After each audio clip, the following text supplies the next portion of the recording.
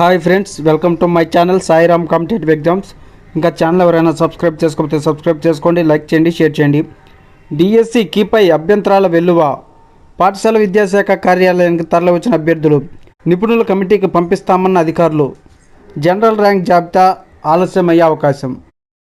DSC తుదికీపై పలు జిల్లాల అభ్యర్థుల నుంచి అభ్యంతరాలు వెల్లువెత్తాయి. వందల మంది అభ్యర్థులు పాఠ్యపుస్తకాలు, తెలుగు అకాడమీ పుస్తకాలను తీసుకొని పాఠశాల విద్యాశాఖ సంచాలకులు, రాష్ట్ర విద్య పరిశోధన శిక్షణ మండలి కార్యాలయానికి సోమవారం ఉదయమే తరలివచ్చారు. మొత్తం 2.45 లక్షల మంది 11,062 ఉపాధ్యాయ పోస్టుల కోసం పోటీ పడ్డారు. ఈ నెల 6వ తేదీ రాత్రి డిఎస్సి తుదికీని విద్యాశాఖ వెల్లడించింది. ప్రాథమిక తుదికీల మధ్య మొత్తం 109 ప్రశ్నల జవాబులను మార్చింది. మరో 59 ప్రశ్నలకు అరమార్కు చొప్పున కలిపింది. తుదికీని వెల్లడించిన తరువాత 2 రోజులు సెలవులు కావడంతో సోమవారం సంగారెడ్డి, మహబూబ్ నగర్, ఆదిలాబాద్ తదితర జిల్లాల నుంచి ఎక్కువ మంది అభ్యర్థులు విద్యాశాఖ డైరెక్టర్ కార్యాలయానికి వచ్చారు. తుదికీని వెల్లడించిన అనంతరం అభ్యంతరాల స్వీకరణకు అవకాశం ఇవ్వకపోవడంతో అభ్యర్థుల వినతులను స్వీకరించేందుకు ఉన్నతాధికారులు తొలతో నిరాకరించారు. కార్యాలయానికి వచ్చిన అభ్యర్థుల సంఖ్య పెరగడంతో చివరకు స్వీకరించారు. ప్రాథమికీలో సరిగ్గా ఉన్న సమాధానాలను తుదికీలో మార్చారని పలువురు అభ్యర్థులు చెబుతున్నారు. విద్యాశాఖ ముద్రించిన పాఠ్యపుస్తకాల్లోని జవాబులను తాము గుర్తించిన తుదికీలో వాటిని తప్పుగా చూపారని తమకు న్యాయం చేయాలని పాఠశాల విద్యాశాఖను వారు కోరారు. టెట్ తెలుగు విభాగంలో ఏకాదేశం అనగా అని ఒక ప్రశ్న ఇచ్చారు. దానికి ఒక వర్ణం స్థానంలో మరొక వర్ణం రావడం అనేది సరైన జవాబు.